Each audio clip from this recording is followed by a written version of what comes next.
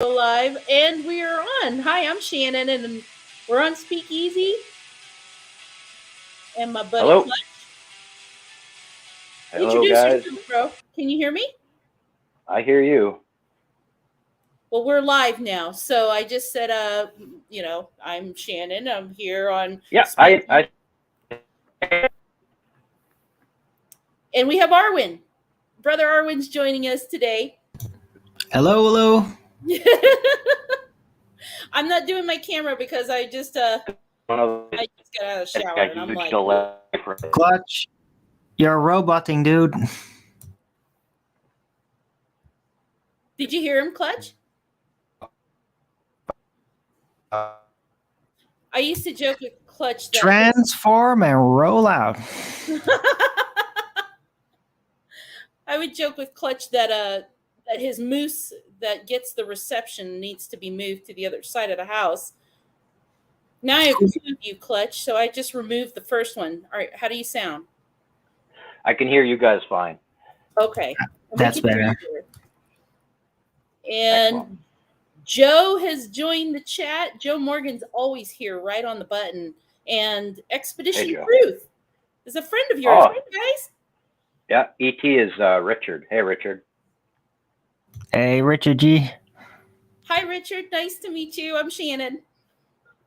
So you go ahead, Clutch. You and Arwen have a kind of a closer rapport than I do.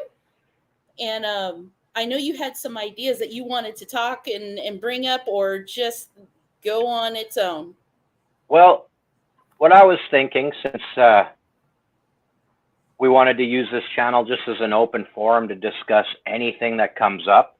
And I know a lot of people who may listen to us, not that there is a lot of people, but the ones that do may not agree with everything we discuss, but he has some very awesome ideas, some about flat Earth too, and I want him to discuss that. I thought maybe we could handle it almost as an interview and just kind of ask him questions and let him go. I like that. I'll just say this, Arwen.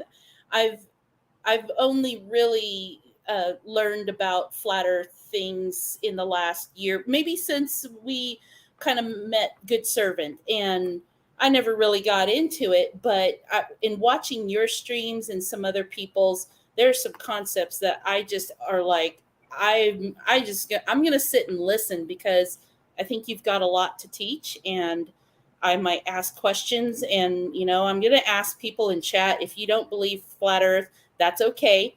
If you got questions, ask them nicely. We don't want to be condescending or rude to each other just because we don't agree. So you take the lead, Clutch.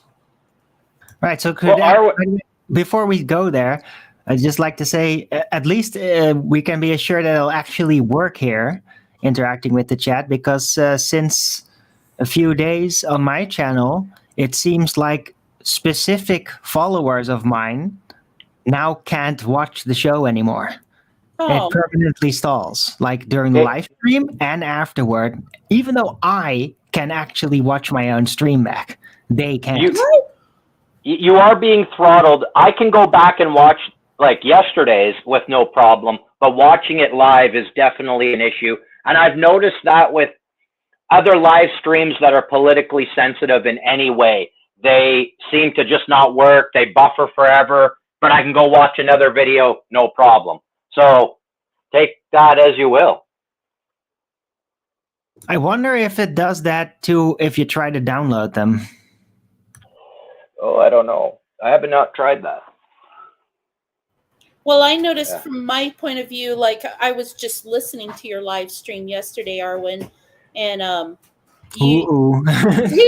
because I'm a busy mom. I kind of like cook and clean, and I was trying to pick up what you were putting down, and then I got a bit angry. No, that's okay, because okay. I've seen I get a bit over the top, I know.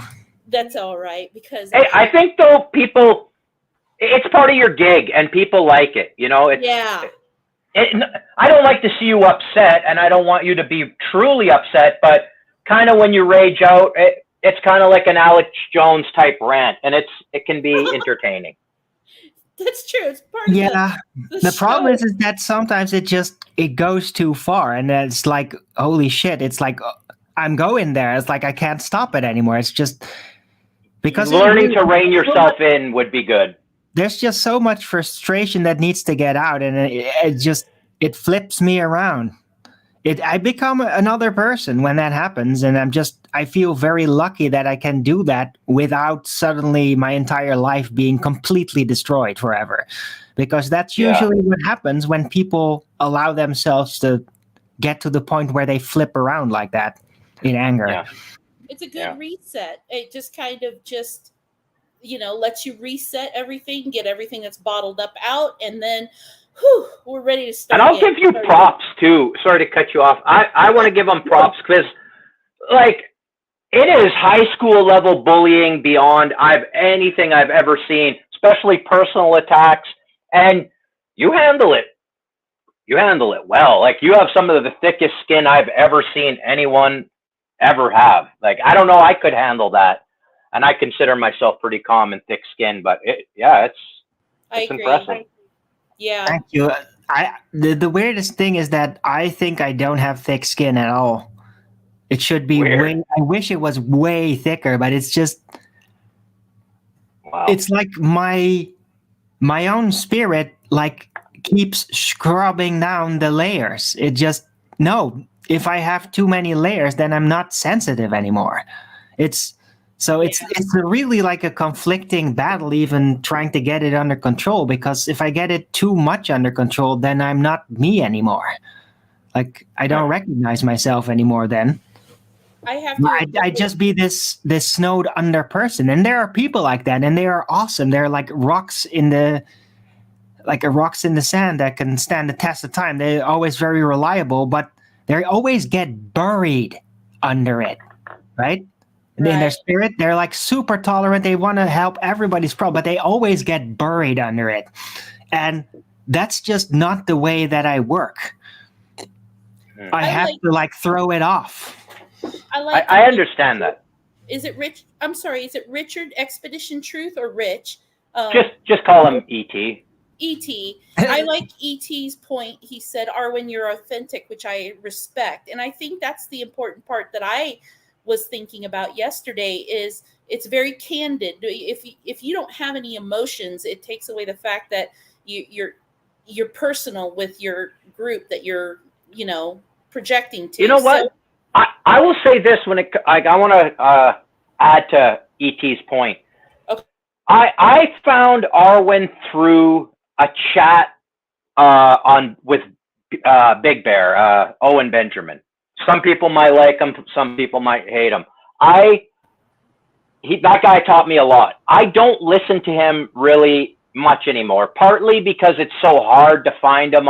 He's been so banned, and I don't know. I feel like I've got his message, and I've learned what I could from him. That's just my opinion. That's just my opinion. Whatever. I'm not saying anything else. Fair enough. But when I watch you, and I've been watching you now all that time, it's probably 4 years now. That's what I like about you, is that you're not a fake person to me. You seem to be pretty who you are. You're not really, I don't know, I could be way off on that, but that's the vibe I get, and that's why I keep coming back to listen. Thanks. No, I really appreciate that. And this is going to sound weird, but it is me, but it's also not. It's another side of me that comes out. That's what I am when I do this. Because in face-to-face situations, I don't allow myself to function like that. And you don't need to, because you're up close. You don't need to be extra loud to get through to people, which is kind of an effect of the internet and of communicating through the internet like that. It's just people are more numbed down, and you have to exaggerate a bit kind of to get through, even though that makes it less perfect.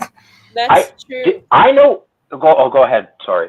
No, I'm just agreeing, because I was just thinking that I would never act this way at work sometimes and talking about things. I just could not But and when I'm going out in real life, I'm still a little bit different, but I'll have to be a lot more candid when I'm on YouTube or StreamYard, just because if you're not seeing me in person, there's some things that are taken away. And so I kind of have to project a little more in certain areas. So you guys are exactly right. Like I'll give you an example of my personal life. The person I am when I go out and to a family function or some other kind of public event is definitely a different version of me. I feel like I'm not that I'm lying, but that I'm putting on almost a caricature. Like I'm just, I don't know how to explain it exactly. I'm going to be a little more jovial. I'm going to be a little more out there. Where at home, I'm much more laid back. You reduce your personal freedom to an extent to be more constructive within what you're doing and be more socially constructive. So you have to restrain yourself a bit. But that's natural, actually. That's how people always have been.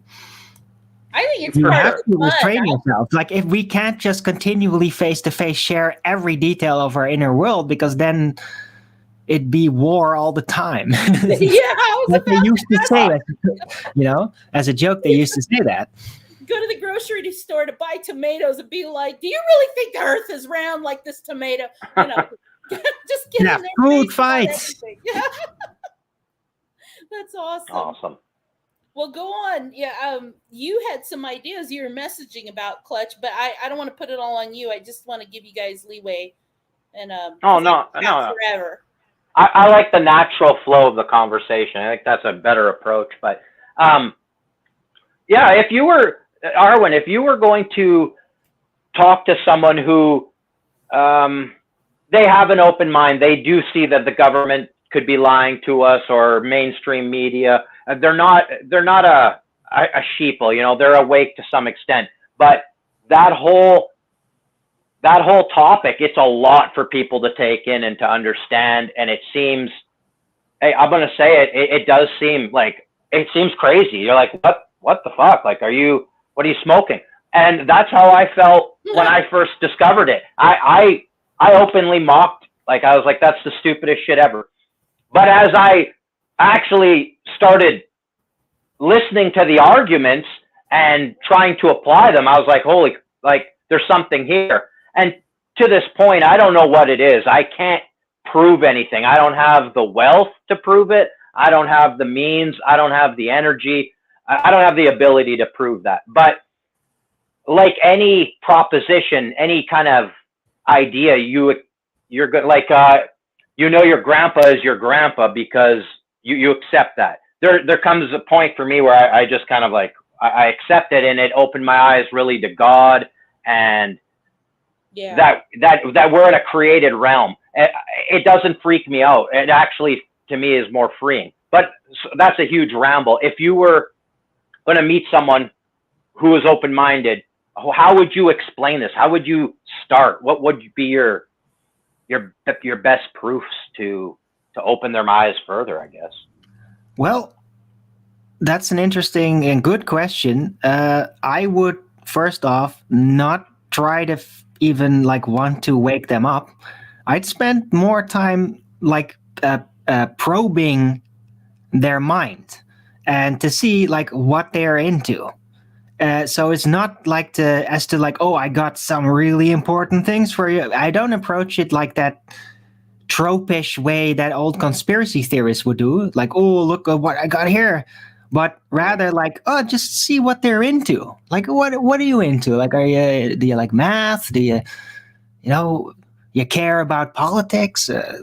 Right? To kind of probe them. What are you into? And then if they're trusting enough to share some of that, or if they aren't and they get defensive, that also reveals a lot of information. Then I can kind of size up like what they are like and what type of information they will be able to handle. Because every region of information where you occupy yourself with, it changes you in a specific way. So I've spent a lot in my life trying to sample different regions. Like go there with people and just see what it's like there on the work floor, for example, to feel that and not to even pay attention to what they're doing and how they're doing it, but what is the atmosphere like? What's the feelings like? And Yeah. what does it do to people? How are they burdened by it? How is that going to change them over time? So these are types of information. It's really occult. Really, it's not really consciously treated a lot, that I've been exploring all my life, that is starting very young, and based on that, I probe them. Then I see, oh, this is what you're going to be into then, because I know that's how it works, and then I tinker tailor, give them specific facts that I think that they might just be ready to be able to handle it. And that So it's a very, and it doesn't have to be flat earth. I start out with that. It's like the perfect invitation.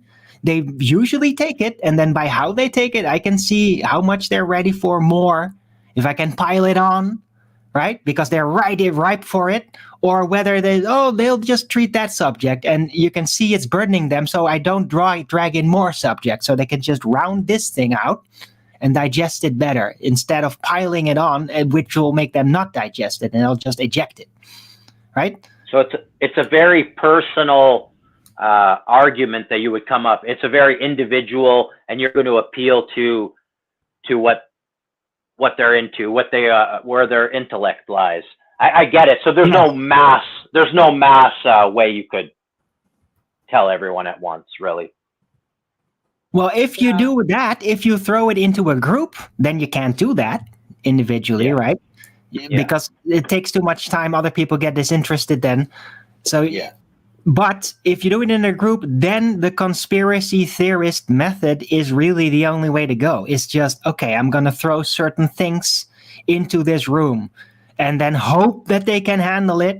If you throw too much, it's very likely they can't handle it. If you throw a few things, it'll get the discussion going. It might even back forth, right? Sometimes you can even step away and see them going back forth about it after that point.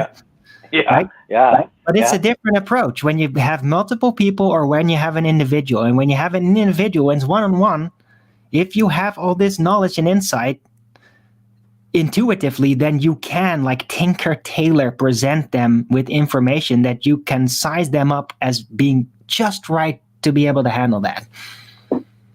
So as a group one, what would be one that you would point out to be like, okay, look at this. This is obvious here. Would you, like, for me, I don't know. I always go to 8 inches per mile squared. I think that's a very interesting. If you understand that equation and what it's saying, that, you know. Right, but maybe planes. But that's already flat Earth, right? I guess. Yeah. Boom. Yeah. Boom. Okay. Well, that really, like, it all depends. You know, if you do that with the wrong person, they are gonna hate you forever. Yeah. No, you're right. Like, people. And could be a store owner too. So you got to be careful with that. I almost did that with a store owner once, and I did exactly how I just described it. I really assessed his person, where he's at, started carefully with politics, see where he's at with that, see how he deals with, how he is strategically, socially placing himself. If he's good at that, if he's aware that that's a problem out there, if he's dealing with it, to size him up where he's going. And then I carefully brought the flat earth to him, which triggered him, but he was very reasonable about it because he decided to always be reasonable. It's a very Dutch trait with some people, very admirable. And then that guy later, much later, like came past with a car and stopped and opened a window and said like, hey, it's you. Yeah, you told me about flat earth and I looked into it and you were right. I was like, whoa. Absolutely. Right? You don't get that very often. That's the best response ever, but it worked because I was just alone with him in that store and took like half an hour to carefully build up to revealing these things and being very not emotional about it. Especially that, dude, if you get emotional like Rage Win and trying to awaken people, you have an enemy for life. Doesn't matter who they are, where they stand, you will have an enemy for life because it's like exactly the opposite of what people really need as a condition to learn complicated new things that like burden your cognitive dissonance or whatever, right? Burden get your restlessness. If you get angry, it closes it shut immediately. Yep. No, you're very right. And that's something that like I've been learning just to how to discuss certain things with certain people. Some I just won't bring up because I've had reactions. Exactly. One to the 7-Eleven application. The person was very angry. And the other thing about shops in general and how people lived, for all this time, except for the last 100 years without them. And just saying those two things, like, triggered the person to, like, they were angry and, like, yeah, I know what you mean. Right. Well, if I deal with somebody and it's they bring up flat Earth and there's something about it that angers me, what very important, if you want to actually continue the awakening process, because them getting angry is not a sign that it's going wrong. It's only if you get angry, then it goes wrong, right? If they get angry, that's perfectly fine, because of course you just brought up a subject that's triggering. Then you have to figure out how are they angry, why, and then find a way to sympathize with that, but it has to be real, right? If they're like weird about it, you can't sympathize about it because that's enabling insanity. But if they are like have general frustrations about it, like, oh, they went on the internet and everybody just went crazy, right? That's I agree with that, right? It's like, yeah, that is you have to be able to deal with it. And so when they present that, you should definitely emphasize, like, hey, I am not forcing you to like open up to the internet as a flat earther, dude. You can keep all of this private. Perfectly fine. I will never tell your name if you want to, right? Privacy. Like they have to be safe. They have to feel safe. It's funny, but it's not. Yeah.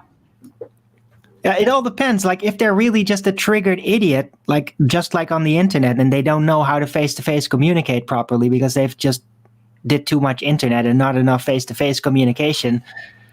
That's I mean, then it doesn't really matter. That really is a thing, and that's just walking away, man. Just walk away. There's nothing else you can do, really. Sometimes people will get on the internet without the intention of actually wanting to learn anything. They just want to go and start trouble, and it just makes a barrier, because then that's where you get that spiteful attitude. And then everybody shuts down, because once you get defensive, they put up their walls and stop listening. And it's because that's when you, like you said, Clutch, it turns into this high school drama.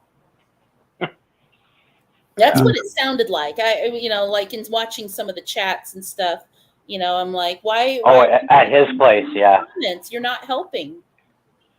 Yeah, I don't know. Like, that must be a thing with the younger generation, because people my age, I don't really see, like they've talked to people in person their whole lives. Like, we didn't grow up with the internet. I think it's younger people, but not to make it a generational thing, but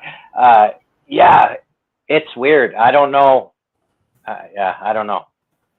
But in case you, if you're not watching the chat, I'm monitoring. I can't see it while I can, but Tourette wanted to make sure you knew that he's here. Said he'd make it, cool. so you say nice. Hi. And Joe Morgan's here, Expedition Truth, and Gordzilla. No way. Yeah, Gordzilla's here. Godzilla, yeah, he's a cool guy. I don't want to miss anybody, but I'm trying to scroll through the chat, make sure I highlight everybody that made the moment to come and join us. So that's who I see so far. And if you're listening and you want to say hi, just make a comment and I'll highlight you. He said, thanks, Clutch. Let's see. Gordzilla did make a comment that says people who get, quote, triggered are also same people who have no argument. That's a good point. That's kind of what I was going on, Gordzilla. I hope it's okay. I call you Gord or Gordy. It's like it's the most Canadian name, though, by the way. Gord. It's yeah, for sure, sure.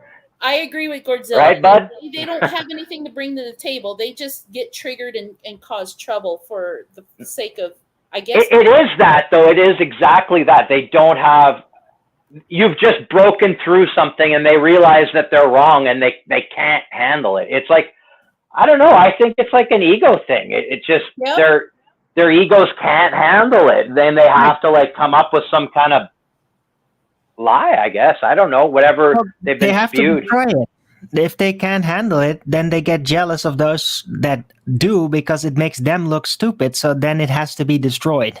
Yeah, that they it's almost like sometimes people get on to reaffirm themselves, get on the chat, make their points, make themselves sound like they know what they're talking about, or that they're always right or always smarter. And then what, just for gratification, if you really want to come in and join someplace to learn, it takes a little bit of humbling yourself to just sit back and at least listen to the other opposition, Some, I think, and maybe, I don't know, they say if you could be paranoid, but that doesn't mean they're not watching.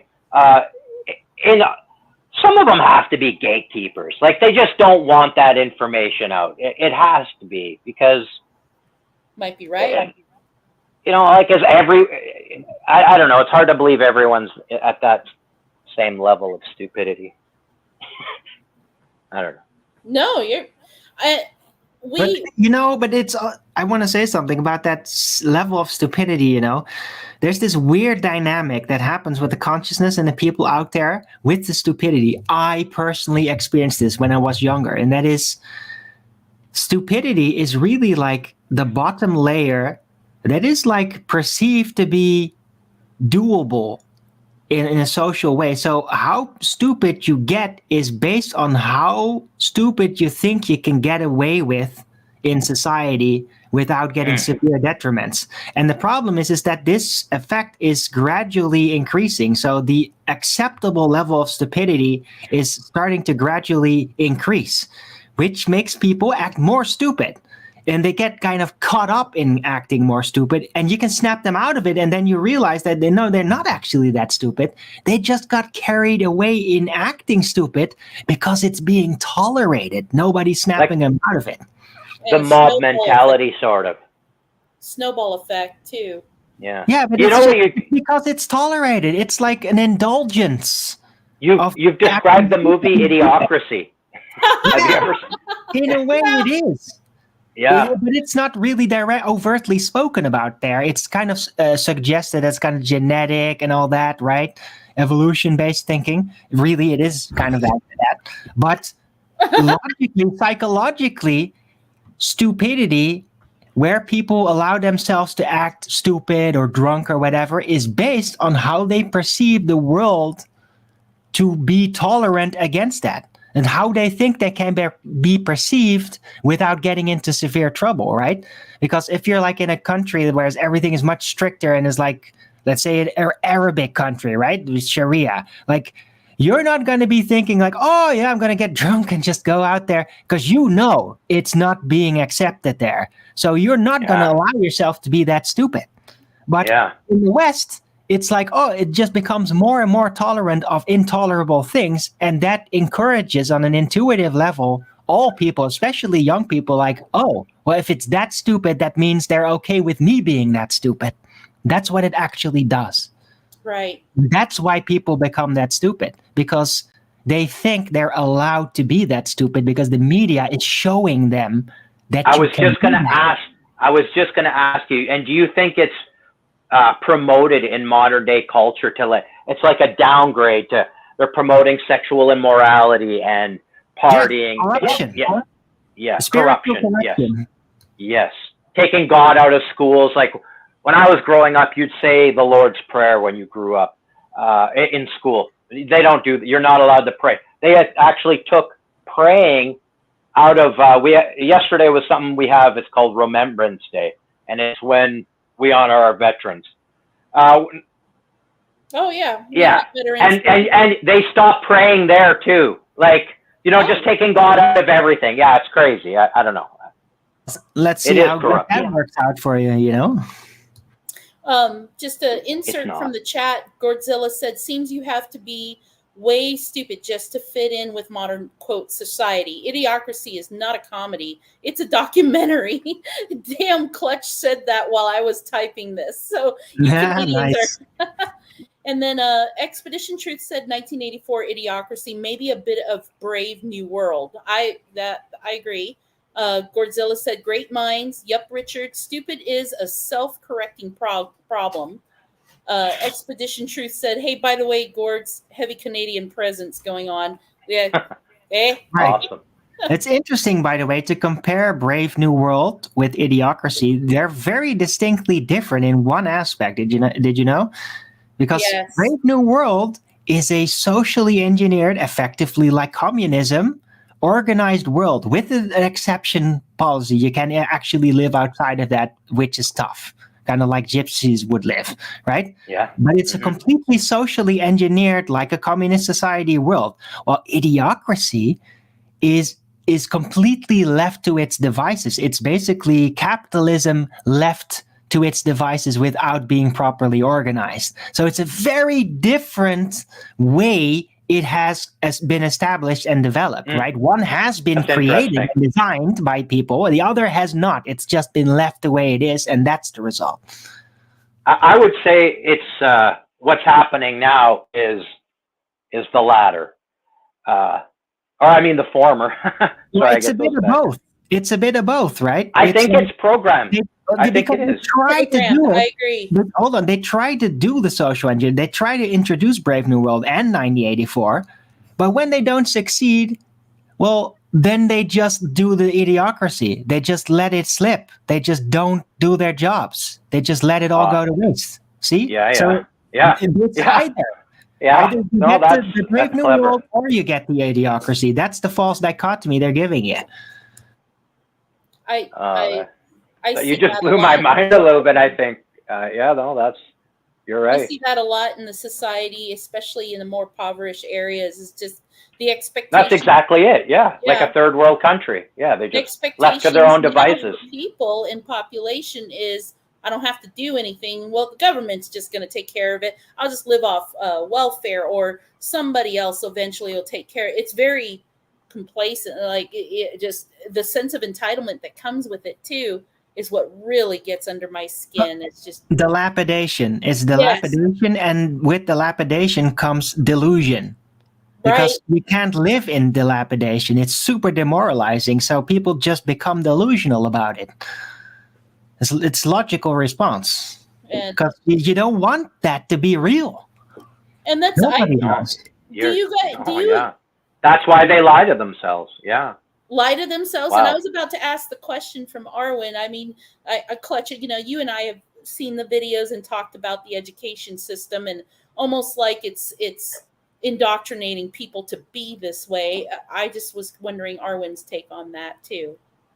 Well, yes, in a way. The problem is that there are just influences and like Marxist influences that are effectively being organized, and ideology groups that are just being allowed to have these negative influences in schools. It's like they've been infected with this Marxism, and it's just being left there. It's like your organ got hepatitis, right? And it's just being left like that. That's really like how it is. Because it's not the school itself that does it, it's what's gotten into the school that's doing it, and it's just being left like that, left to fester and create all these crazy people. I want to say two things. For one, if you go back in history, there's the Declaration of Balfour and the Treaty of Versailles. And if you know what those are, you'll see that history right now is repeating exactly the same thing. And it's the same families and the same players pulling the same trick right now. And Shannon, earlier it's all over again. Exactly. And maybe you'll relate to this, Arwen. It might be a little silly of an idea, but if you ever read any high fantasy, Tolkien, anything like that, Terry Brooks, let's say, there's always some kind of like, even the Never-Ending Story, it's the same thing. There's always this like blackness, this some kind of like festering corruption that starts getting in, and that's what the heroes have to go. Yeah, it's always like, and they have to go and get rid of that. And that's kind of what you were describing now, that's being left to fester in our politics, our schools, our media. It's the same thing. Yeah. Well, right, but in that sense, the problem is that the top channels have effectively been infected, and thus, if everything is infected, then well, the body's not going to direct to clean it up because it's all.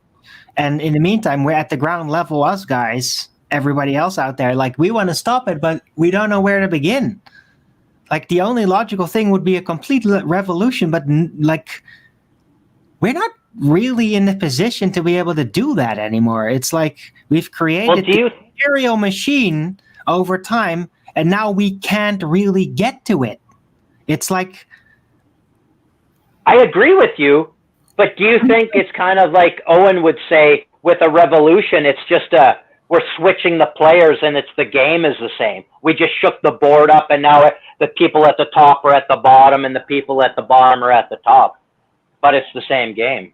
Well, the problem is the same people will start doing the same thing again if everything crashes and rebuilds. And they're so much insistent on doing that they're like ready every time, and they cause the collapse. Nobody wants the collapse. They're insisting because they want to recreate everything, because that's just what they do now. Build back better. All this money and all this power because of it, and nobody's taking it away, even though they pretty much stole all of it. And so now they are creating the collapses because they want to buy it all up. And redo it all again.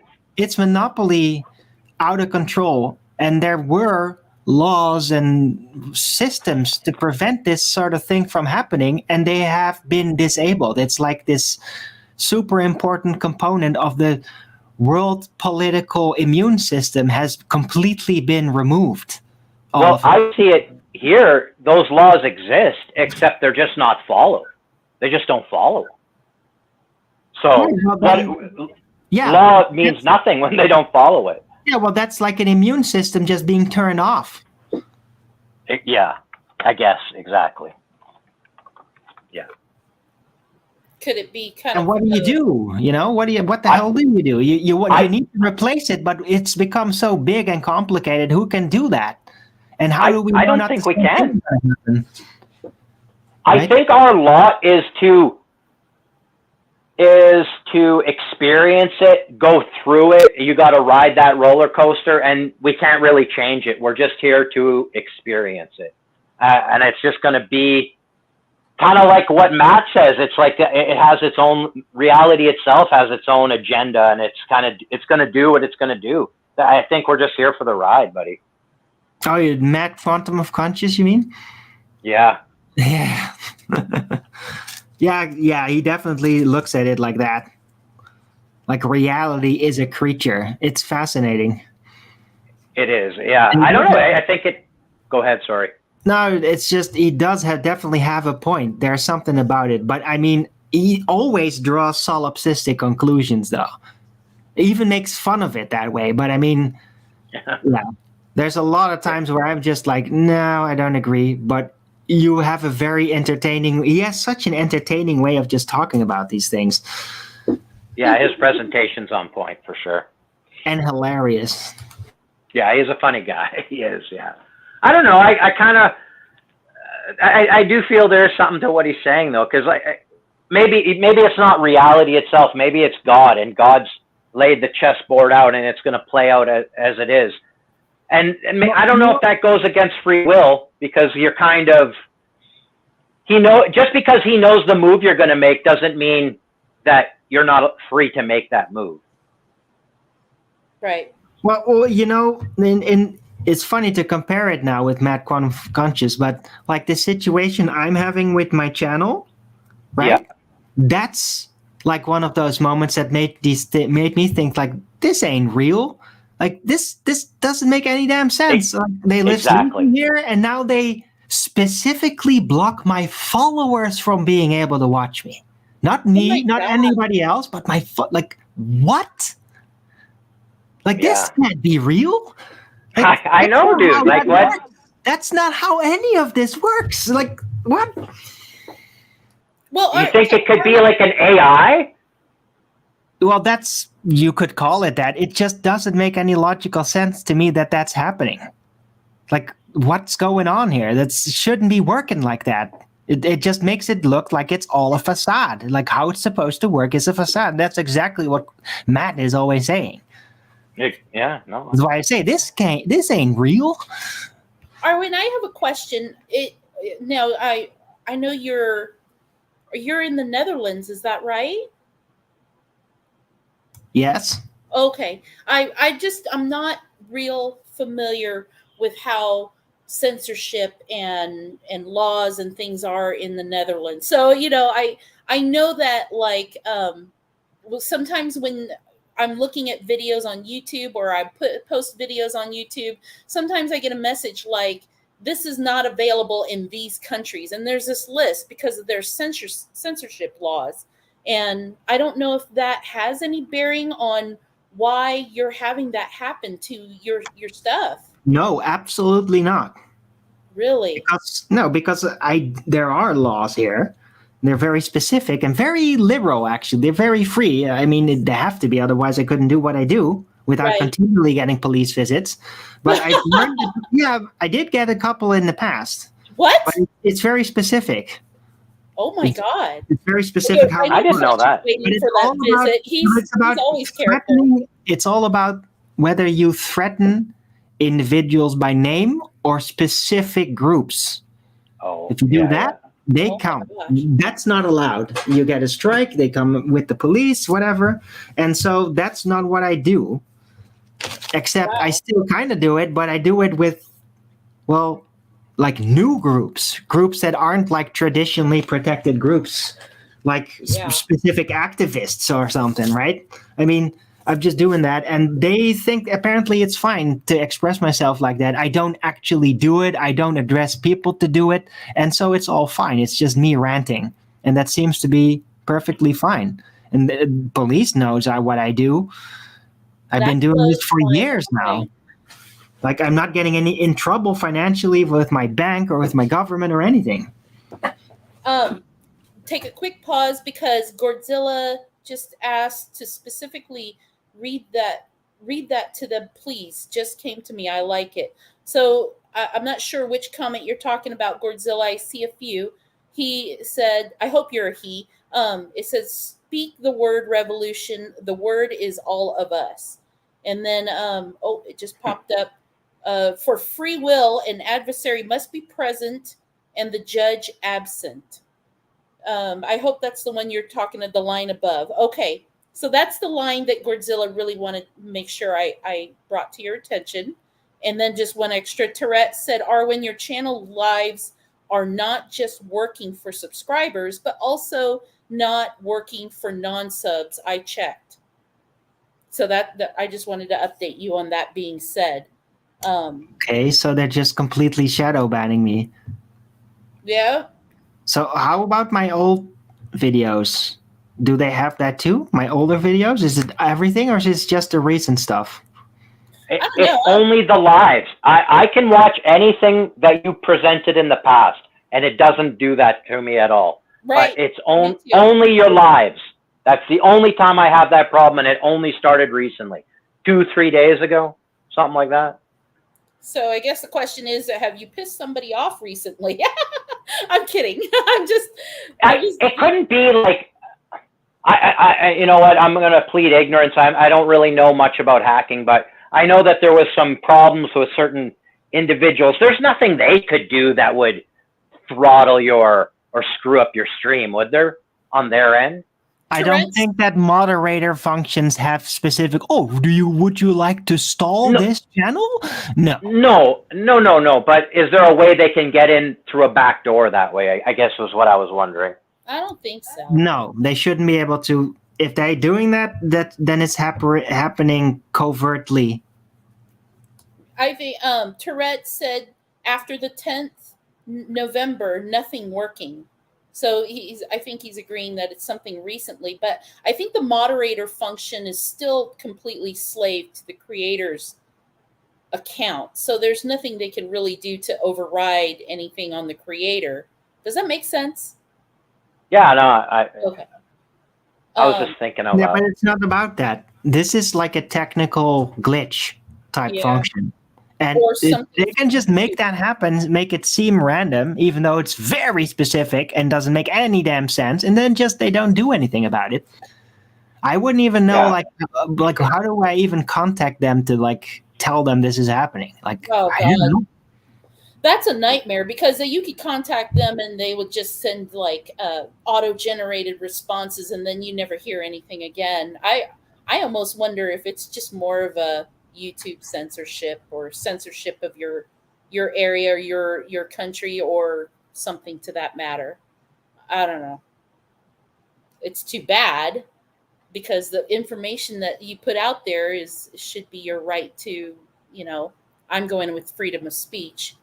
Well, if that is truly happening and someone truly is throttling him, then you have to know that what he's saying has got to have some kind of truth to it, or why would they bother? Yeah. Like, why? If he was just full of, like, if it was information they didn't care was out there, they wouldn't bother. It's not like it's. I mean, it's not like, oh, guys, I'm going viral. What the fuck? No. I'm a mini channel, a mini freaking channel. Like, I have Flat Earth in it. It's like, that's already like, why? I'm a nobody on YouTube. Why? Why are they doing this? It's just ridiculous. Maybe it goes by sub count. Like, you have a certain, once you hit 1,000 or 2,000, they're like, well, no, we gotta. I don't know, dude. Like, none of it makes sense. I don't know. 1,000 is now like the 1,000 subs is now the 50 sub. I mean, everybody has 1,000 subs now. I noticed. And well, we don't. I know, right? We're still small potatoes, but I used to sit there and see people like, oh my God, they got 1,000 people, and I'm like, whoa! Now it's every other person almost, and so I think it's kind of just, I don't know if it's random or what the heck it is, but it just, maybe it's what you're putting out there that they're starting to look at, or yeah, maybe I'm just. Who is they though? Well, Godzilla says something I really appreciate that. He says that it's because I'm over the target and I must be receiving the flak now. Yeah. Could be. But I mean, I don't even see it that much, right? I mean, if it's so brilliantly revolutionary, like, I'm not even seeing it that much. I'm just being completely honest with the information of what is available to me in that moment. Like, I don't even really do deep, like, oh, I'm going to put something down this time. I'm going to really dig in the sources and make sure that when it rolls out, it's absolutely perfect. Like, no. Can I go out in the weeds a bit here? Everything is spontaneous that comes out of me. It's ridiculous. Like, I don't get it. I don't get why me. Like, nobody says my name except Nathan Oakley, pretty much. Right? Like, why? Nobody knows who I am. Like, what the fuck? Yeah. Clutch, when do we not go out in the weeds? Go on. Weed at it. Yeah, no problem. This will be maybe a little weird, but if we are in a self-contained realm, if God's real, some of the stuff is kind of a spiritual thing, and the God of this world is different than the God of all things. So maybe there is some kind of spiritual element where you're touching on something, and that information is not allowed to be put out. I don't know. Like, it's just it seems anything with any kind of truth is what is the problem. I don't know. I don't know. Well, maybe it is really actually spiritual. Maybe the rage wind is really getting to them, because in a way it's like Old Testament wrath, right? Other people say that it is kind of like that. It is like the righteous wrath of fire. It's just fire, like hell, but driven by righteousness. Well, truth burns, right? Hell, righteous hell, in a way. Attracts the demons and they attack you harder at that. No, but they scare. It scares them. Righteous hell scares the hell out of the demons, because they're the ones that deserve it, and they know it. They know they're just getting away with all this crap. A lot of comments coming in. By the way, Big Pig Slapper's here. Good to see you, brother. Oh, no way. It's almost funny because usually he comes in after the fact and leaves a whole slew of comments after the video's over. But did you see he was showing some carpentry pictures. He's pretty good at it. Oh my God, I need nice this guy work. to come build me a house. Big Pig made a point that I keep looking at. He also brought up that people may be able to report your streams and YouTube flags them. I don't know. They do what they want. That is I don't know how effective that is when other people see your stream and you say something that ticks them off and they flag you on it to kind of like tattle on you. And so I've seen that. Yeah, but that either leads to getting a strike or not. They don't keep a database of like how many reports you get. I was going to ask, you don't think maybe it creates like a trend and that like, okay, this person's getting a lot of reports and then you start getting highlighted because of it? Well, no, but because that either leads to you getting a strike or not. Okay. But I'm sure that people try it all the time, and it's just like it doesn't work. It doesn't work because I'm not like literally threatening and all that. Because but if flat Earth would prove that God exists, wouldn't? Because in my opinion, it does. They don't want that. That's the thing that they're like. To me, that's the biggest conspiracy: is they're hiding God. That's why they lie about flat Earth, in my opinion. Like, why would they lie? That's an argument you hear a lot. Why would they lie? Why would they lie? That's why they would lie, because they don't want you to know where you are, because if you did, you'd know God was real. And if you knew God was real, you definitely wouldn't let their behavior go unchecked.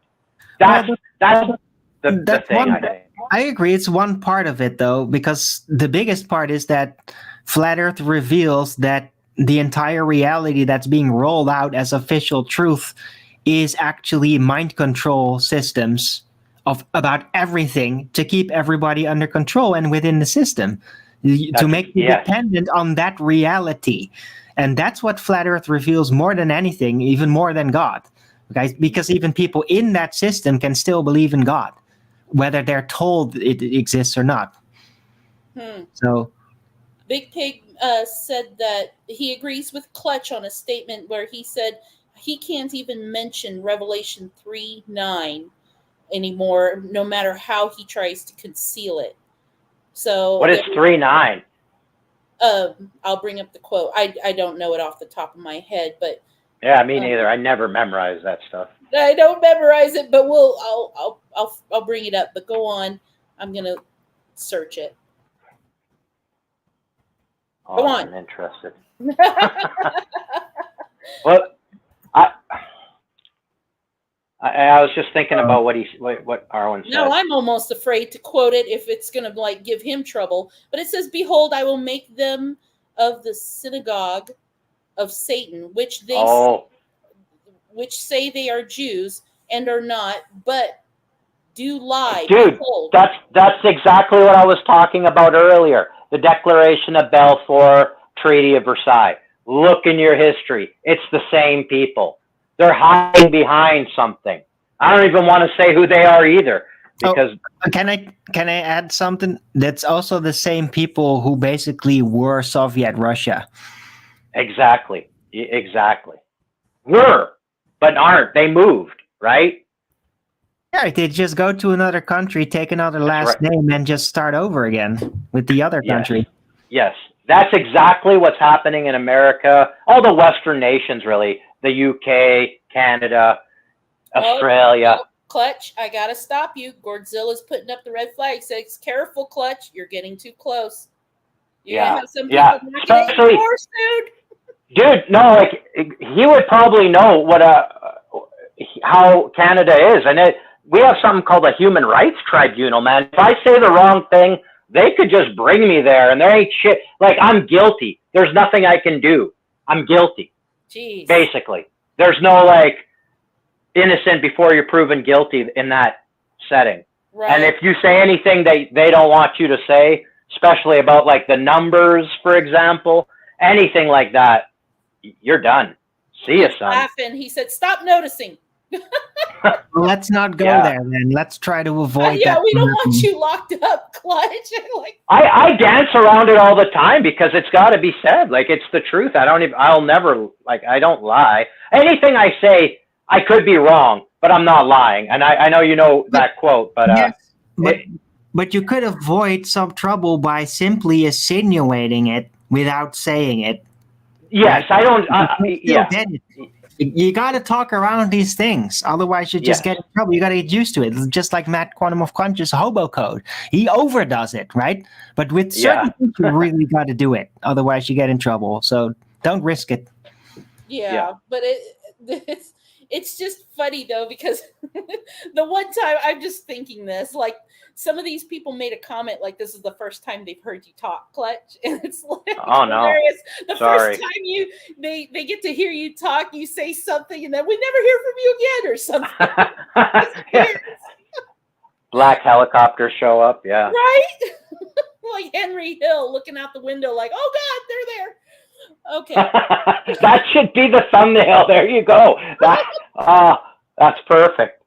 That's perfect. We'll give you refuge if you need to hide out. Come find some of us, Clutch. We'll hide you, brother. Holy shit! It's crazy. No, but it's crazy like that even exists. And in somewhere where I'm supposed to have freedom of speech. You know, like I'm supposed to be. We're very similar to.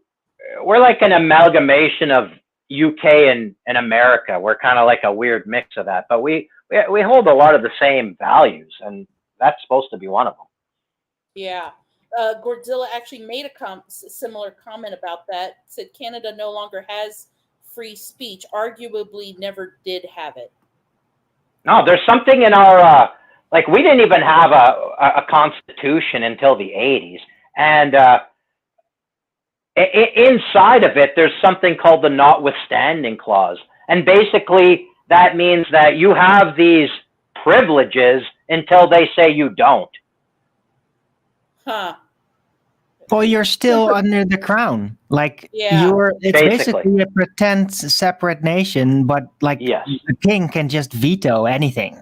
And just like technically that's true. Yeah, we have I believe they're called the lieutenant governor, and they basically they're like the queen or now the king's mouthpiece here. And they could just be like, nah, shit, that's not how it's going to be. Like, they never use that power, but I think technically they do have that power. They do use it. They just don't do it in public as much. They just do it among the ruling classes. Fair enough, yeah. They get instructed. I mean, like Trudeau is like definitely a stooge, right? Oh, God, don't get started. Oh, definitely. God. Here we go. Absolutely. He's a puppet. You want to talk about losing your shit on YouTube? Get Clutch started on Trudeau. No, you're right. He's an absolute puppet. He's a mouthpiece. That's all you're gonna say? Right, but also allied to that nobility. When the nobility, right, is also interweaving with the WEF, it's all that. And that's right. It's the same people who we were discussing earlier. They're all the same. It's almost like the fucking mafia, to be honest. There's like 5 families that are kind of running shit. I'm not even like, that's just the way it is. It's true. That's funny. The moment you said that, Joe Morgan's comment came up about royal family. I got something the royal family can put in their mouth. Okay, that's Joe. Joe. It has a rooster tattooed on it. Joe! But yeah, I think everybody has a mutual feeling about the royal family and the connections and that group. It's weird. Like here, I don't know if it's like that worldwide, but like here, especially 80s and 90s, even 2000s, maybe not so much now, but they're like celebrities here. Like people are just like fawn over them, and there was like so much weird admiration for them. It was, I don't know. Yeah. Weird. I was peons always grovel, right?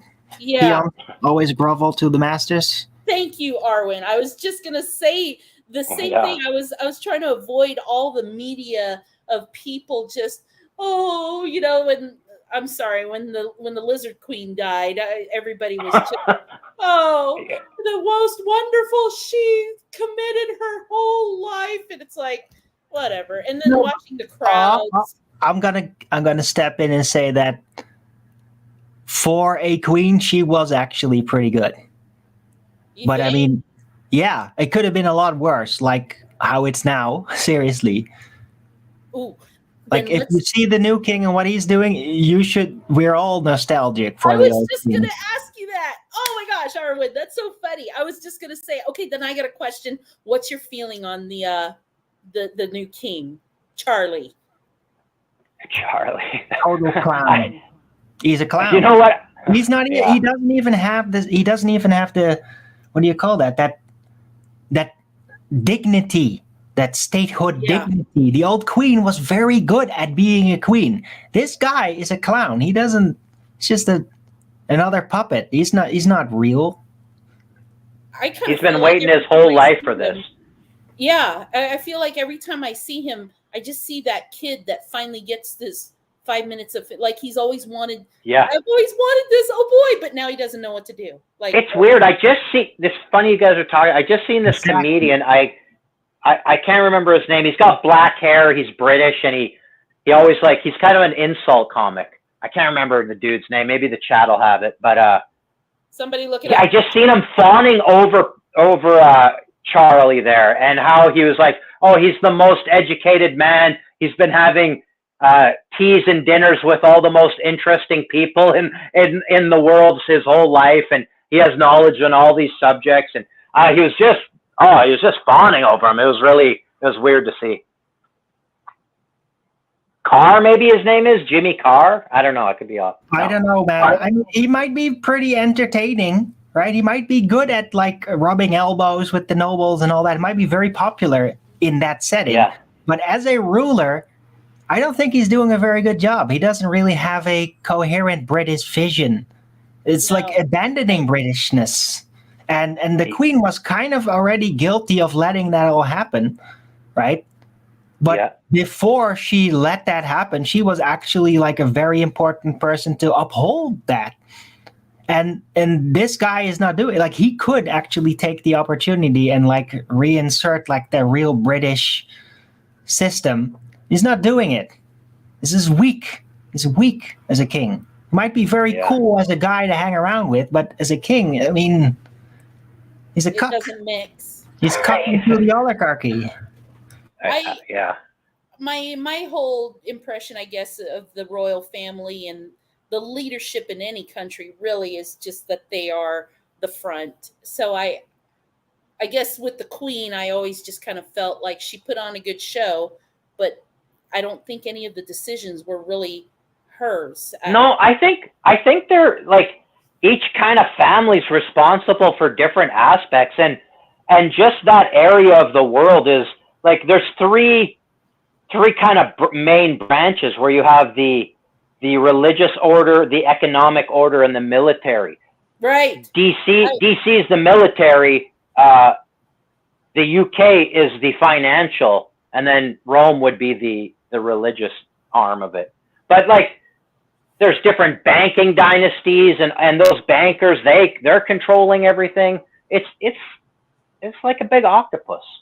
Well, I guess my point is I kind of agree. The money is what controls it. The money. I don't know. The money is where the people. You can buy the people. You can pay your way out of things. I don't understand that level of greed though. How much money do you need? Why do you keep needing it? What is it that you? It's world. What do you need? What more do you need? I need a break for 5 minutes. I was going to say I do have to pee too, but I think it's a worldly thing because the power, the control. I mean, people as indisposable sheep. It's about just. I guess we're going into NWO type stuff. I'm just elaborating on my thought, but. There we go into the indoctrination centers of people, the wars. Just circling back. Yeah, I was gonna say, how else can I just put this without repeating myself? Yeah. Godzilla said that's weird. He'd be better off coming out. It would only garner positive PR in today's world. I think he's talking about Charlie being a homosexual. That was the comment made. Is he? I don't. Maybe he is. He's Walking Dead. What was that? Sorry, I missed that one. Random Hero is Random Hero from Arwen's. Random. I've never met you before. Welcome. I don't know who that is. I seen they were waiting for the premiere. Yeah. I checked their channel. I think it went back to 2010, but I don't know. I don't know who they are. That's okay. It was a great comment. Big Pig said people worship money. Yeah, that's kind of, and people worship those with money. They look for a free hand out and kiss the hind end to be partaker of their money. That's I get you want to have a nice house and you want to have, you don't want to worry about where your next meal is going to come from. Power. Expedition Truth. I didn't mean to cut you off. It sounded like you cut out. Are you still there? No, I'm there. E.T. said all the world's indeed a stage, and we are merely players, performers, and portrayers. Each another's audience outside the gilder cage. Wow, that's very poetic, Rich. It's Shakespeare. What, babe? It's Neil Peart, Rush. You have my husband said Neil Peart. Is it? I thought it was Shakespeare, dude. I was gonna say, is it Shakespeare? Maybe Neil Peart borrowed it from Shakespeare. But somebody. I thought he was the one who said all the world's a stage, but Big Pig says it's Rush. You got to understand, my husband is an avid Rush fan, so you could quote 3 words and he'll know it was Neil Peart. Gordzilla said I'm money. back. Oh, good. We're now talking about the band Rush. The what? The band Rush and Neil Peart. Music, right? Let's see. Money is not you know what? I'm going to piss everyone off. I don't like Rush. Take that. Oh, I'm kicking you out of this live stream. I don't even know who they are. They're a prog rock band from Canada. Okay. And in something in Canada, I don't know if you guys know that, but there's the CRTC, and basically like the radio has to play a certain amount of Canadian songs. And there's so Rush is a Canadian band, so you always hear them, but it's like the same 2 songs they play over and over on the radio, and I'm so sick of it. Yeah, it starts bothering me. I get it. If Gord is from Canada, he's pretty much on the same level as you, Clutch. He said, yeah, not a huge Rush fan either, Clutch. Big Pig Thank you. Clutch is anti-kinetic. I know I could get kicked out of Canada for saying that, but whatever. Joe, that is hurtful. Well, I love something about Canada. Like one of my favorite childhood series was from Canada, Captain Power. Captain Power? Yeah. Ever heard of that? Yeah, I know Captain Power. Not many people do, yeah. It was on television here, and I was so gripped by that. That's the one with the ships that... Is that the one with the ships that you like it was a toy and you could shoot it at the TV? Probably. I don't know much about the toy. I just know the series, and it's like Captain Power and the Soldiers of the Future. It's all on YouTube. That's the one. These superhero guys that just have these power suits that you can turn on, and it works it's so cheap, but it works so well. And it's like a serious military drama, basically, but really done for kids. But it's like I've never seen anything like it. And the story is incredible. It's believably like in the future. I can't believe you never got to see those toys, dude, because here you'd get like video cassettes for the VCR, you'd put it in, and then like the tape at certain times on the TV would like shoot out like like a light beam, sort of. I don't know how to explain it. And then on your toy, it was like laser tag. And on your toy, Cool. you could get hit.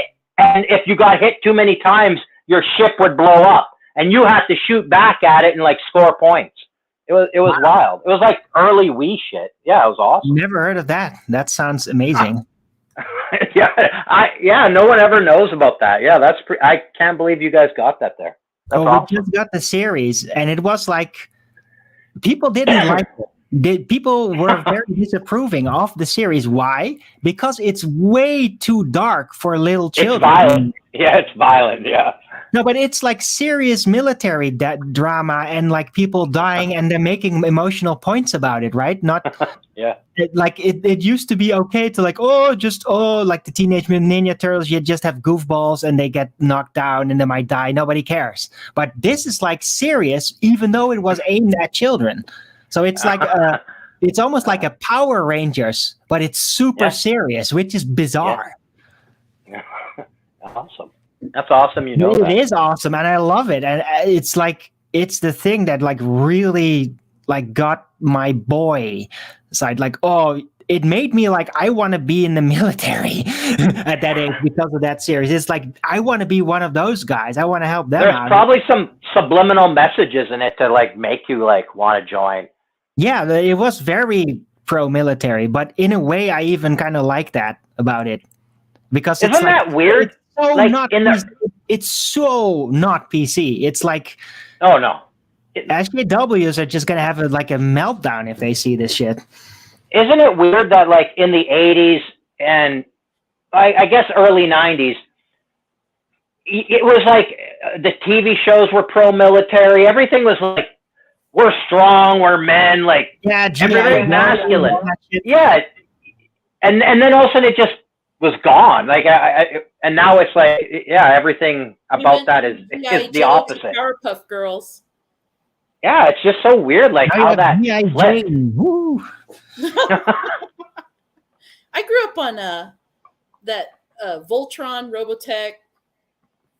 Wow, Robotech! Oh my god, I love Robotech was cool. I had like Minmay just sang the same song over and over again. Damn it. Can we get her a different song? This is gonna be a real silly confession, but Minmay is like the first girl I ever fell in love with. But to be fair, I was 6 or something. Oh, but she sang that one "Loves That Too." Dude, I'll admit something. I had a crush on the Baroness from G.I. Joe. I thought she was hot. Oh my god, clutch! Yeah, that's scary though. I just wanted a woman that'll just tie him in knots with her bare hands. Shit. She did always have like those outfits. The glasses and the long black hair. Yeah, and the shiny outfit. What is that leather? Latex? Yeah, one piece. Yeah. Whew. Gotta go. Whoa, we need. My ex was a bit like that. Oh my gosh. No, let's see. Yeah. What were we talking about? I just no good comment. Arwen remembered Minmay. I always talk about Robotech and nobody knows what I'm talking about. Yeah, but it's because it's a very unique Americanization of a very famous Japanese series that's completely different. It's an ensemble, right? Did you know that Robotech is like 3 different series that they fuse together? I didn't know that. No, I became. You have the first Robotech with the black-haired guy and the red-headed girl and Minmay, and then you get to a Ground Wars thing. Yeah, right? At Earth. And it's completely different, and then it ends like with these giant with the mega space battles and all that, and it's like another series again. It's very confusing because it doesn't match. If you try to follow it like it's one story, it doesn't match. It's like 3 different stories that are sort of in the same universe in different times. And each season is There's no because they're not actually logically consistent because the original material are completely different separate series. It's just very alike. We had that I don't know if you guys know what Astro Boy is, but in Canada there was like a whole Canadian version, even with like a moral at the end of the story where they had to Very strange, yeah. But Robotech for me, really, what it did for me the most was how they just did the giants in there. Yeah. Remember that time where there's like this Min-May concert? It's like in one of the latter series, and there's just this giant just laying down like And her a singing, they mountain, had never- just a mountain Yeah. watching that concert with all those people there. Wow, like Yeah. Well, so the concept amazing. was that these giants were so militant that they'd never heard music. And so the first time that she sang, it just froze them. And like it was Yeah, they used it as a strategical plot, right? Yeah. Right. Oh my God, good memories. I got into Robotech when we moved to Japan for like about a year when I was 7 years old, and I brought it back with me. I brought back all the books. They had these giant comic books that they were in English, but they were you still had to flip them backwards. Yeah, I could never get into reading that backwards. Oh my gosh, that was. Can I share a picture on the screen? Hold on, I'm trying to find it. Can you? I tried to get it to where you could share this live stream on your thing, but I guess we're just not popular enough. We have to upgrade or something. The chat's got their Gord's laughing at you, Clutch, about Astro Boy. He said he remembers that. Always thought it was a French Canadian though, and he learned something new. I love Astro Boy. Big Pig said them cartoons were too technical. I like Bugs Bunny, Tom and Jerry, Pink Panther, simple, violent cartoons. Those were awesome.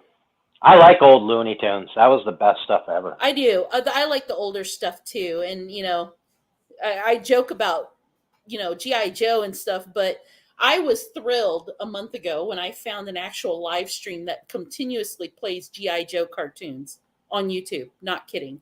Oh, are we? Yeah, no, I've seen it. Let me do this.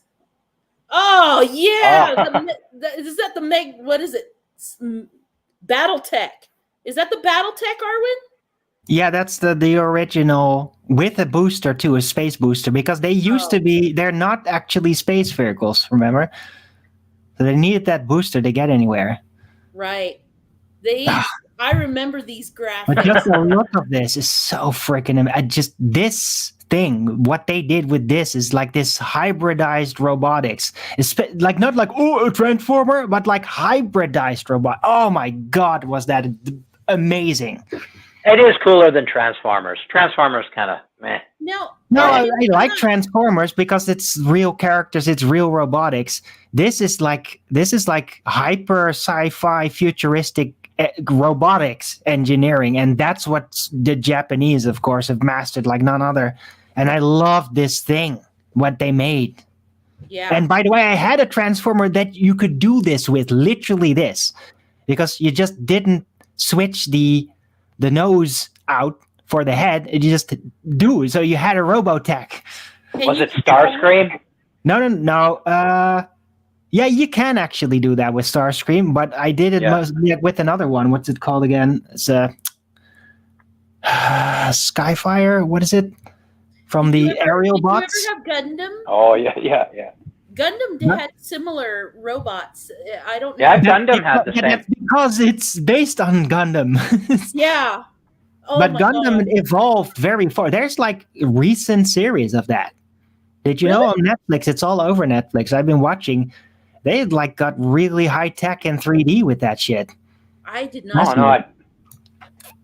Well, here we are talking It's about. still it's like Anime. I know. It's like one of their longest standing series. It's like at series 13 or something. It's crazy. Have you ever seen one called Ninja Scrolls, Arwen? Yeah. of course. It's hard to avoid. That is that's my favorite one. That is such a, I love it. Yeah, People in chat it's are bringing good. up I don't like it that too thing. much. I'm all about Akira. Akira did that. That was, yeah. Oh, Kira, yeah. Akira Tetsuo has Tetsuo is like what happens when Ragewind gets out of control. Right. All I remember is the screaming in that movie. Tetsuo! Kaneda! It just like it was so traumatic because I was young and I was like, what is happening? Oh, if you watched that when you were young, like I didn't see that till I was like 18 or 19 probably when I seen that. I was 17 and it was way too much for me. I had nightmares from that at the beginning, but then I proceeded to watch it over and over again. And then after 10, I was pretty fucked up, but I mean, I'll never forget it. It just made you stronger when you got older. That's No, all. it made me That sick. headbutt It scene. did make The me sick headbutt scene. because Oh. the series is very psychopathic Yes. and very ruthless. It is like a personification of brutality in a It way. was very, And it is like matching the frequency of Ragewin. It is like what it's like, how I could get, but I mean, I couldn't get like that because if I actually apply that, I'd get killed very quickly.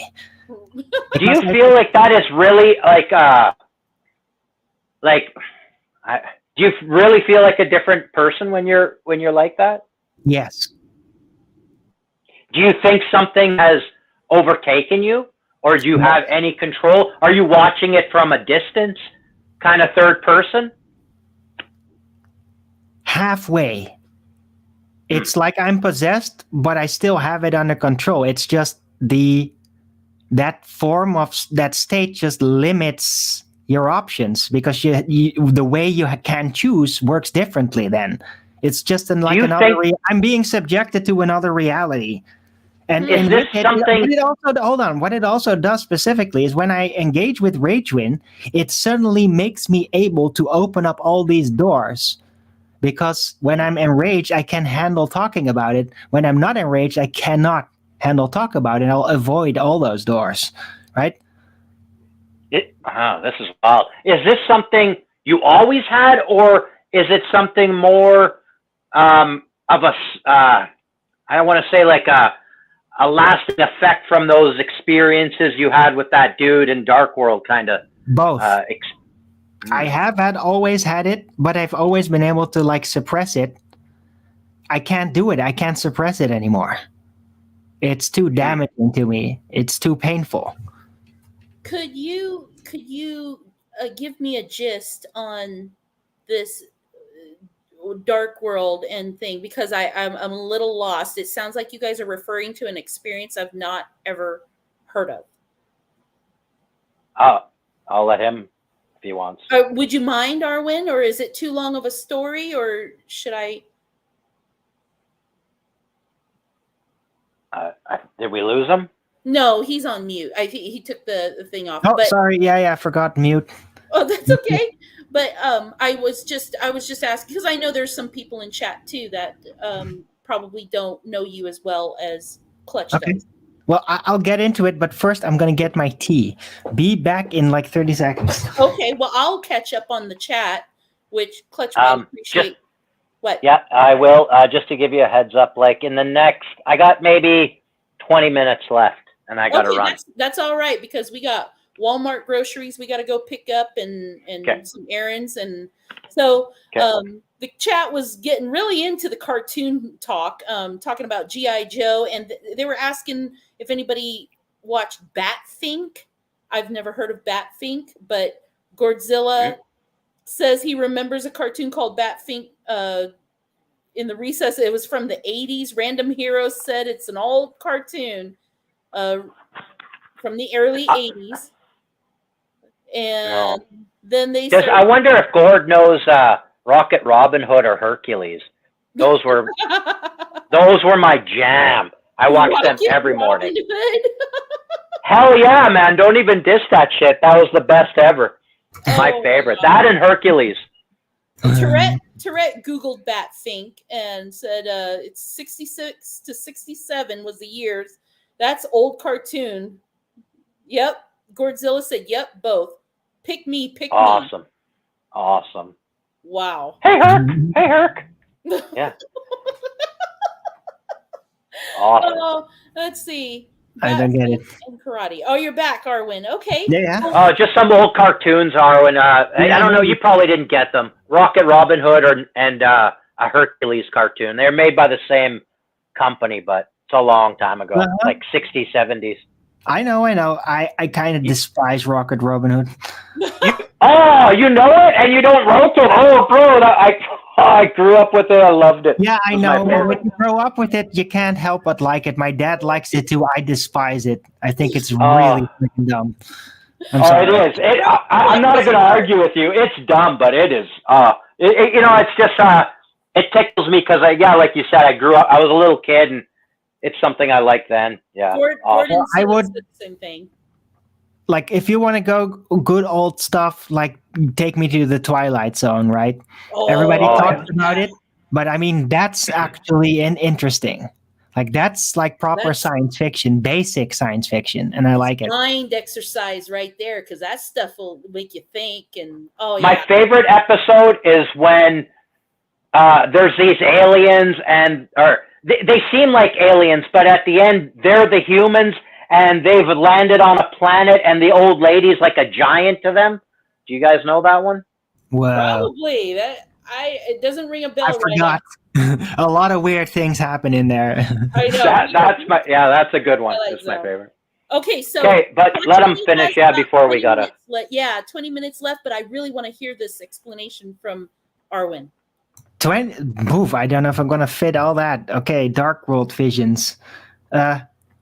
It's technically because of drug induced. I'm not fully aware of what it was, but through deducing from the source of it, it's probably some kind of ayahuasca derived LSD, and there might have been things done with it.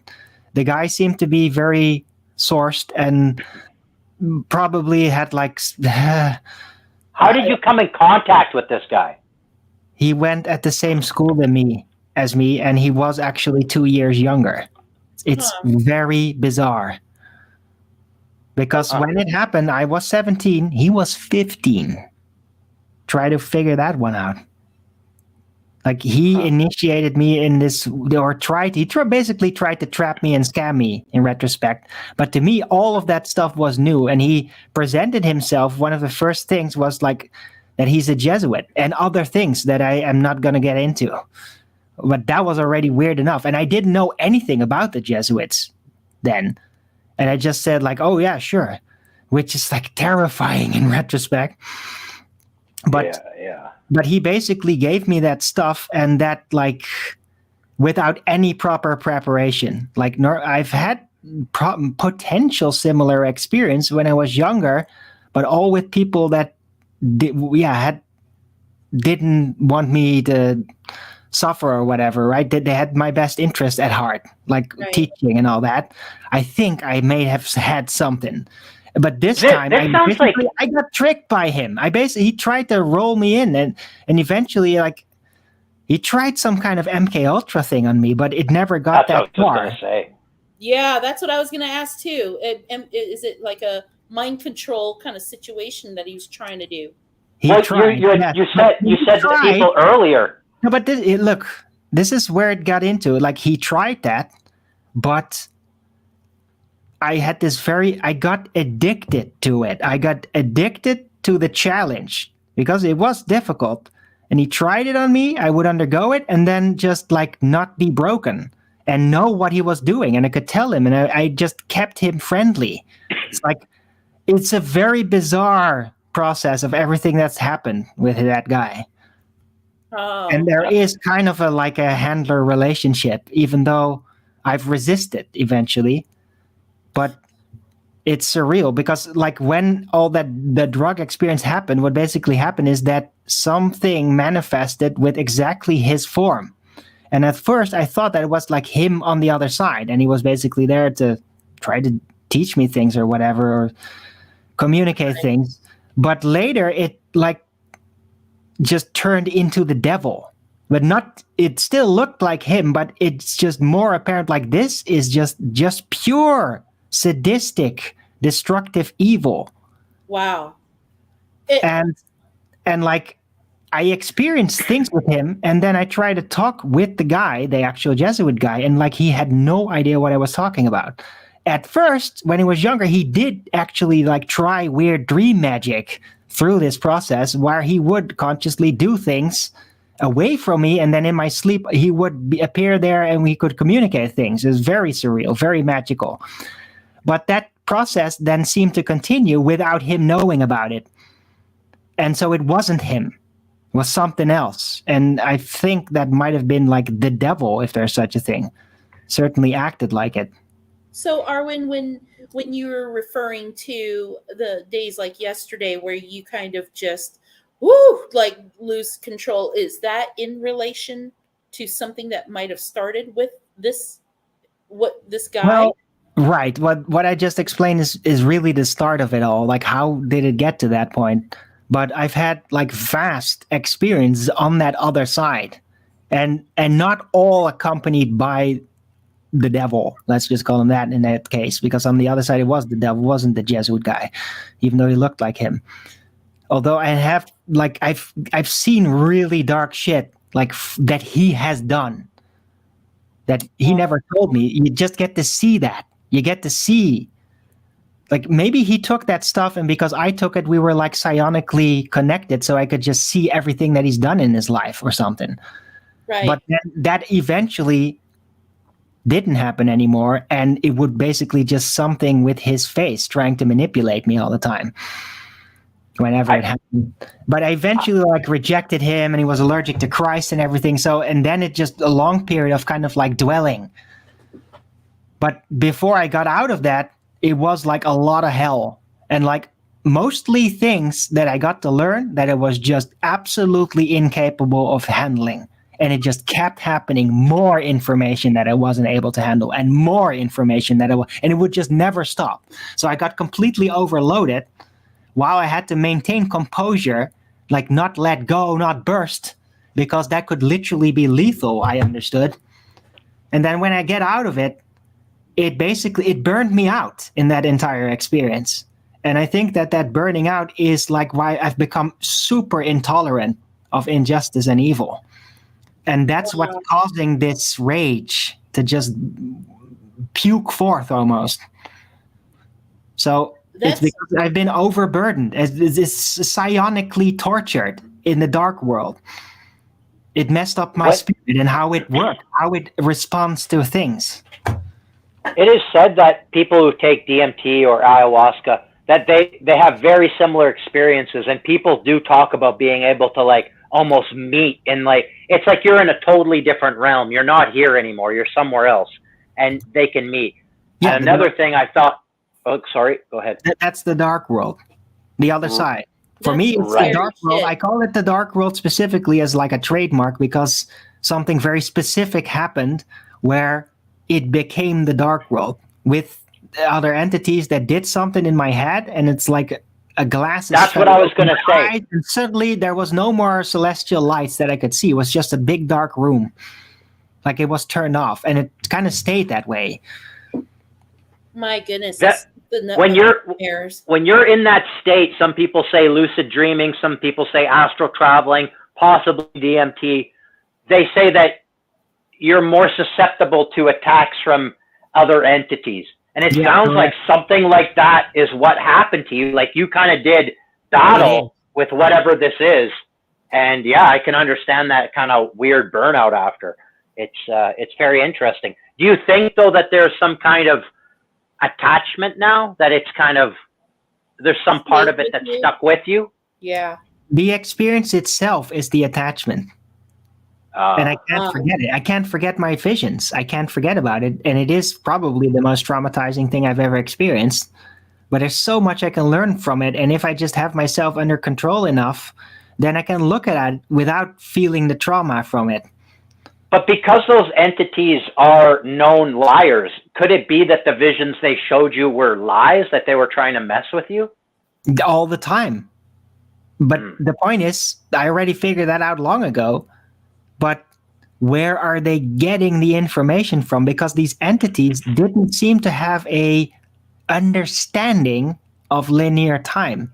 So they would just pick information out of something that's basically out of linear sequence, and then thereby reveal accidentally information from the future that I was going to eventually learn about. And they kind of abused that for their own temporary, ill thought through tricks. And that's the whole surreal process, is that it was all mixed throughout time. They were trying to just torture me with how reality is. And I was basically, while getting tortured, just trying to create a framework understanding of everything that I'd seen so that I'd somehow, after I got out of the experience, would have a map of the future, which is extremely difficult, by the way. It's like this puzzle that basically refuses to be done. And I constantly get into Cassandra complex issues. Even when I do actually see something and I'm pretty certain it's going to happen, it's very dangerous to just like overtly state it. It's like danger. Wow. That is, but then again, I'm just glad you didn't lose your mind completely in a situation like that. I think certain people would have just been pushed over the edge. Yeah, but for example, because of all this, I did with absolute certainty knew immediately that this Ukraine war, Russia is going to absolutely win no matter what. And they are, and they have. I knew it because I'd seen it. Nightmares. It's not something because I calculated, it's because I knew, because I had seen because I had seen that they had moved on, right? I didn't get to see like, oh, hey, Arwen, by the way, Russia war, oh, they win. No, I just got to see things that happened after it. And then from how it was, I derived what had happened without getting it told. I remember you saying that, I want to be careful, that things seem that they could get worse in the future, and that kind of even things that we were talking about earlier are able to be carried out. Am I accurate in stating that? I know that the war that we are in is mostly psychological, and we're getting tortured with terrible ideas that in reality, they can't actually do it.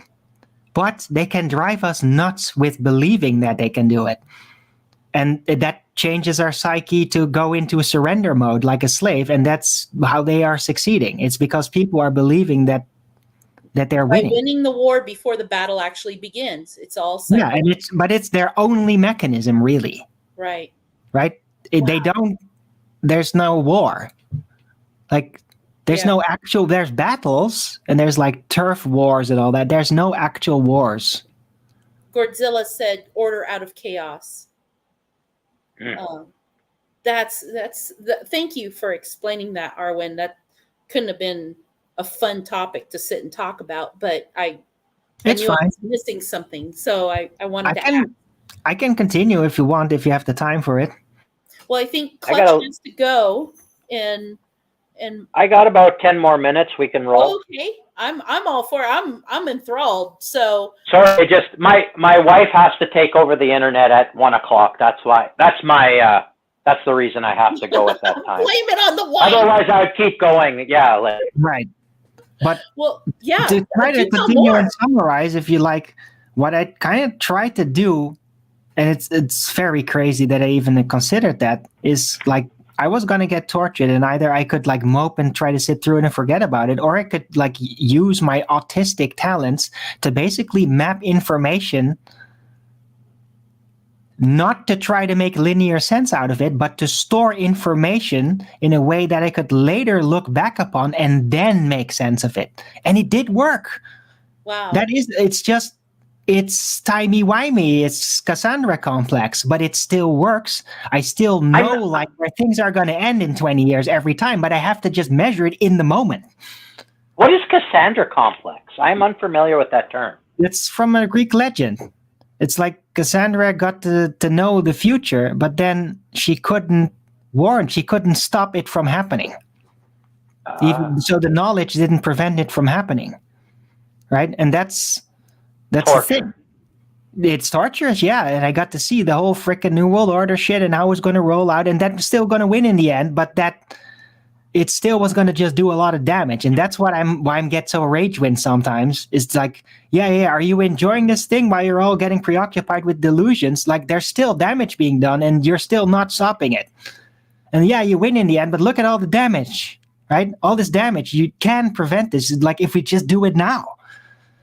And I've been trying to do that for years by now. So that's how I see it. Like, the picture of the moment isn't how it's going to end, but there is damage done. You know how man, I think, had to eat the apple in the garden, whether you think that's really happened or if it's just a story. I think they have to eat it to learn a lesson. Do we have to go through this to learn a lesson? No. That there is no stopping it. If we stopped it, we wouldn't learn. No. You don't giant know? consequences, because there's giant consequences, right? If you eat the apple, then you can't really it will destabilize your lineage. It's very dangerous. It's like you get a knowledge, but that knowledge will curse your offspring too, because you have that in you now. It will infect them in a way, and they will try to pry it out of you. It's very dangerous. You have to, if you want to be a real great dad, for example, you can't drag the super evil in. There's the consequence. Okay. Right? Because with knowledge of evil comes the knowledge of super evil. And then you have that knowledge. What do you do with it? Well, either you have to bury it all your life, so it's just going to be in the way, or you're going to infect other people with it in an attempt to, over time, try to resolve it somehow. But trying such a mission is like being a hardcore cop, for example, like a murder cop investigator. It's going to consume your life. It's going to burden your love life, any family. It's always going to be shit because of that, because you're tackling a serious evil, and with all the good intentions and all the funding in the world, you are going to get infected, and it's going to burden your lineage. It always does. Actually, tackling evil is like a sacrifice. You literally give up, your earthly potential to stop evil. That's incredible. That's some deep shit. That is heavy. It is very heavy, but it makes sense. Yeah. Wow. It does. Whew. Wow. Fighting evil is serious business. It's very serious, and you can't avoid sacrifice. It's not. They make it. Evil makes it so. Evil is the devil is just there. It's like, oh, you want to solve this evil? What are you going to sacrifice to stop it? And it's not for the weak-minded. That's for sure. I think that's something that could break people easily. Just trying. That's why these people that get into ghost hunting or whatever, dark stuff, they think it's fun and games, and then when a small effect of it, really touches them, it's very scary. That's you can pick up some dark shit. Yeah, it's not. It's like, whoa, spooky, and then in the closet later, and you decide it's too much. And then you end up bumping into a ghost of a very seriously tortured person that's exactly tortured in a very specific frequency way that exactly matches you, and then they possess you, and then it won't go away. Yeah. Right?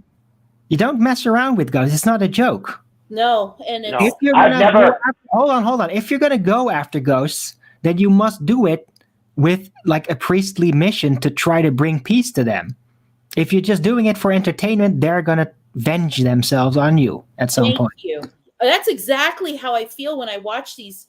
They have those ghost hunter shows, and then these people walk in with the arrogance, and they're taunting the ghosts with anger, and I kind of feel like that kind of personality, they feed off of that negativity, and that just makes them stronger. But when you go in trying to help, I don't know. I'm not an expert. No, he's right. What are these people doing? Are they stupid? Sorry. I've never played with a Ouija board. I never messed with. I don't even mess with tarot cards. None of that stuff, because I know exactly what he means, and I'm terrified to catch any of that sickness on me. I don't know how to explain it, but I don't want any attachments any more than I already have. Let me explain something. You shouldn't be messing with it anyway. Sorry. Let me explain something about that. For example, Ouija board, right? If you didn't believe it was real, you could probably do it. It wouldn't be any problem. But because there's actually something real to it, then if you do it, you'd literally invite them right away. Right. So the belief, knowing about something magical, whatever you're going to call it, that's real. If you actually really know it's real and not just fake, you don't really put your mind to it, then you actually manifest those things even more.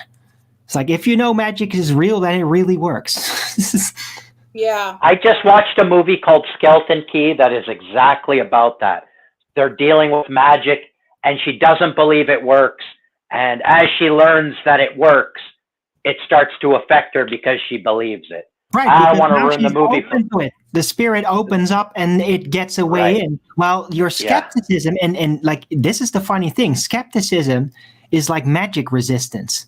Disbelieving actually works. That's Right. It sounds like kiddie nonsense, like children's series, right? But it's real. It's real. That's why I don't want to touch it, because I do believe it. If you don't believe it, it doesn't exist. And it really works. It's crazy. It's like a psychosomatic deflection mechanism. If you don't understand, well, all you have to do is not believe it, and you're safe. It's not going to work on you. Exactly. It's like a placebo. If you, I was just going to point out the time that we went to Virginia City, and my husband and I are not ghost hunters. We don't believe in doing that and stuff. And we were up in there in the Washoe Club. It's supposed to be haunted, and they're doing the tour, and they allowed us to go on our own and whatever. So my husband and I are in there. We're filming it. And my husband's like, "Are you here? Hello?" We just but we didn't believe it.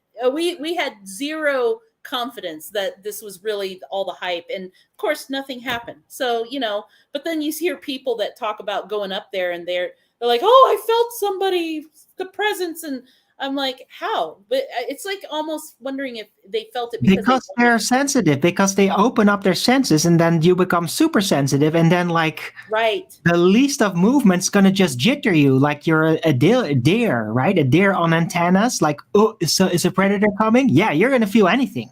Oh, we were. It's about the mindset. If you're skeptic, you're not putting your antennas on. No, you're just kind of like keeping your reserve distance, see if anything happens, and then will you remain your sanity over it? That's then your mindset. Well, if you actually think, no, there could be something real, you're going to open your up like an antenna, and then whatever happens doesn't even have to be something serious, is going to shake you, because you're there as a receiver, putting yourself open to receive whatever is going to happen. Something's going to happen. No, the further you crank up the sensitivity, right, eventually something's going to happen. Right. Yeah. No, we were not those people. We were we were there for the tourism. That's all. I told them, I said, every noise I heard just sounded like a fart. I wasn't serious at all. Okay. Well, I'm fascinated with like sounds and all that, and like at night there's all kinds of weird sounds happening in this room. Like I'm studying the sounds because like, is that psychokinetic activity? Why do these start to tick and cling? And why does it only happen in very specific ways in very specific moments? Like when the tension's dropping, when my conscious activity is dropping and I'm putting myself at ease, suddenly all these things start ticking and popping all over the place. We have a weird experience here that we've been having. And I don't know what it is. Like, but we'll have something as simple as like a brush, and we'll put it down, and then we come back and it's gone, and we can't find it. And I'm not even kidding. And like, we search the whole house, we tear it apart, we can't find it. We don't know where it is. What the hell? Did you take it, kids? No, like, and they're not lying. I know they're not lying. My wife didn't take it. No one knows where the hell this item is. We forget about it. Then there it is. It's in my jacket pocket that we checked 100 times, or it's on the dresser that we looked at. I don't know what's happening, dude, but it really only happened since we came here, and it's odd. And I don't know. It could also be kind of a Mandela effect, right? Because sometimes is something physically happening, or is the place just kind of throwing your senses off so that your memory doesn't linearly build itself, right? And then things disappear. Well, in your memory, it's like, but no, I just put that there. But the memory didn't really get the good picture because there's something confusing there that's throwing you off. So it might be more Mandela effect actually than like psychokinetic activity, because that's freaking me up too. When there's actual psychokinetic activity, like, dude, that's energy. That's energy displacement. That's like somebody's gonna go berserk or like drop dead or something. That's incredible. Well, that's a hell of an ending for the show. Freaking me out, Arwen. Holy fuck. Yeah, but that rarely happens. You mostly see it in like spooky movies and all that. Right. But I mean, there is something to that. Like if somebody gets like super angry or depressed, like me, let's just say I would go High rage emotion. quit, and it would go like beyond my own imagining far. Like I would take it like beyond any facsimile of like a normal person would take it, become completely alien by it. Well, yeah, then that's pretty fucked up, and that's gonna like it costs a lot of energy, and in that, when there's that much energy going around, yeah, like things might happen. I always say like telekinesis in most cases actually is people getting so possessed by, for example, a demon, that those demons will then be able, the demons, not you, but the demons will be able to use the energy for these weird things like telekinesis. It's not the person that's in control of that. It's the demon that seats you in that moment because you're seething with energy, and it can use it, not you. Wow. That's Well, why. I gotta say that was an easy hour and 50 minutes because that was good conversation, Arwen. That was. Oh, I appreciate you, buddy. That was nice of you to come on and just chat with us like that. You're a wealth of knowledge, man. Appreciate you. Thanks. No, it was a pleasure. I mean, I like it. I want to do this again, actually, if Okay. possible. Oh. Heck yeah! Awesome. Next time I'll bring cupcakes. I wish we could Awesome. No, that sounds like a good idea. At least, like, yeah, for sure. I'm down. Well, If you would have me like as a regular guest, that would be great. oh, If we'd you're up love for to it. have you, especially the crowds you bring in. These guys are funny. They're just great with the Awesome. comments, and I'm glad everybody got along. So I appreciate you, Arwen. I always learn something when I listen to you talk, and you're very articulate with everything how you explain it. So I thank you so much. I know Clutch is Thank gonna you. That's the speakeasy. You guys are great. I love it. It's like coming home and just like, hanging out with Dude, friends. that's awesome. yeah, hanging out with family. Exactly. That is what the speakeasy is supposed to be. You could just talk and just be yourself. That is exactly what awesome. I agree. Awesome, Okay. dude. All right. Well, we're gonna let Mrs. Clutch, have the internet. Everybody was wondering if she needs the internet and has power over the internet. Why can't she fix things on the internet? All these comments about that. She's doing some kind of like, I don't know how this is supposed to work, but like, she's doing like a training thing for CPR for her work. They're going to do it online, like some kind of refresher course. I don't know. Okay. So, Wow, that's why very she needs cool. it. You don't actually have to train on a real dummy or a body, and dude, I don't know. It seems Whatever. weird to me. Yeah, whatever. all right, Awesome. guys. I'm gonna close Okay. it up. Thank you. Take care. I'll Right. talk to you guys later. Thanks, Arwen. Bye-bye. Have a great Sunday. Thanks for having me. You Yeah, too. you too. Bye. Bye-bye.